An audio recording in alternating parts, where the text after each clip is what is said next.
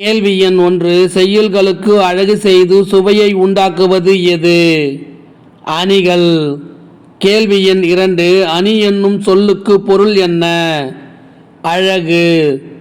கேள்வி எண் 3. இயல்பாய் நிகழும் நிகழ்ச்சியின் மீது கவிஞன் தன் குறிப்பை ஏற்றி கூறுவது எவ்வகை அணி? தற்குறிப்பேற்ற அணி.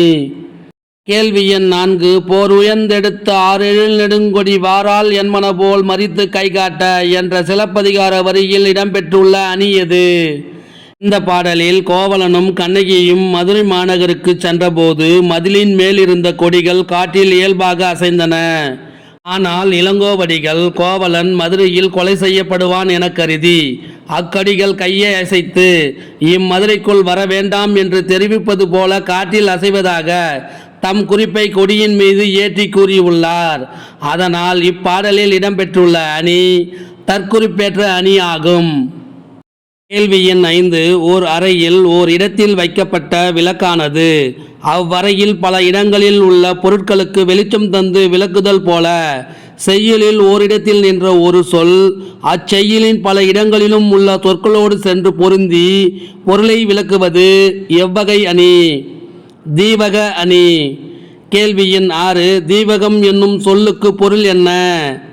விளக்கு. கேள்வி எண் 7. தீவக அணி எத்தனை வகைப்படும்? 3 வகைப்படும். அவை முதல் நிலை தீவகம், இடைநிலை தீவகம், கடைநிலை தீவகம். கேள்வி எண் 8. சேந்தன வேந்தன் திருநெடுங்கண் தெவ்வேந்தர் ஏந்தும் தடந்தோள் இழிகுருதி பாய்ந்து திசையனைத்தும் வீர சிலை பொழிந்த அம்பும் மிசையனைத்தும் புல்குளமும் விந்து என்ற வரிகளில் இடம்பெற்றுள்ள அணி எது? பாடலில் அரசனுடைய கண்கள் கோபத்தால் சிவந்தன. அவை சிவந்த அளவில் பகை மன்னர்களுடைய பெரிய தோள்கள் சிவந்தன. குருதி பாய்ந்து திசைகள் அனைத்தும் சிவந்தன. வலிய வில்லால் எய்யப்பட்ட அம்புகளும் சிவந்தன. குருதி மேலே விழுந்ததால் பறவை கூட்டங்கள் யாவும் சிவந்தன என்று பாடல் முழுவதும் சேந்தன என்ற சொல் சிவந்தன என்று பொருள்படும் வகையில் அமைந்துள்ளதால் இப்பாடலில் இடம்பெற்றுள்ள அணி தீவக அணி ஆகும். கேள்வி எண் 9. சேந்தன என்னும் சொல்லின் பொருள் என்ன? சிவந்தன. கேள்வி எண் 10. தெவ் என்னும் சொல்லின் பொருள் என்ன? பகைமை. கேள்வி எண் 11. சிலை என்னும் சொல்லின் பொருள் என்ன? வில். கேள்வி எண் 12. மிசை என்னும் சொல்லின் பொருள் என்ன? மேலே. கேள்வி எண் 13. புல் என்னும் சொல்லின் பொருள் என்ன? பறவை. கேள்வி எண் 14. சொல்லையும் பொருளையும் வரிசையாக நிறுத்தி வரிசைப்படியே இணைத்து பொருள் கொள்வது எவ்வகை அணி? நிரல் நிறை அணி. கேள்வி எண் 15. நிரல் என்னும் சொல்லின் பொருள் என்ன? வரிசை. கேள்வி எண் 16. நிறை என்னும் சொல்லின் பொருள் என்ன? நிறுத்துதல்.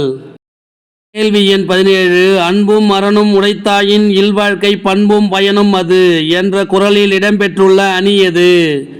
இக்குறளில் இல்வாழ்க்கை அன்பும் அறனும் உடையதாக விளங்குமானால் என்று வரிசையாக நிறுத்தி அந்த வாழ்க்கையின் பண்பும் பயனும் அதுவே ஆகும் என்று முறைப்பட கூறியுள்ளதால் இக்குறளில் இடம்பெற்றுள்ள அணி நிரல் நிறை அணி ஆகும். கேள்வி எண் 18. எவ்வகைப்பட்ட பொருளாக இருந்தாலும் இயற்கையில் அமைந்த அதன் உண்மையான இயல்புத்தன்மையினை கேட்பவர்களின் மனமகிழுமாறு உரிய சொற்களை அமைத்து பாடுவது எவ்வகை அணி? தன்மை அணி. கேள்வி எண் 19. தன்மை அணி எத்தனை வகைப்படும்? 4 வகைப்படும். அவை பொருள் தன்மை அணி, குணத்தன்மை அணி, சாதித்தன்மை அணி, தொழில் தன்மை அணி. கேள்வி எண் 20.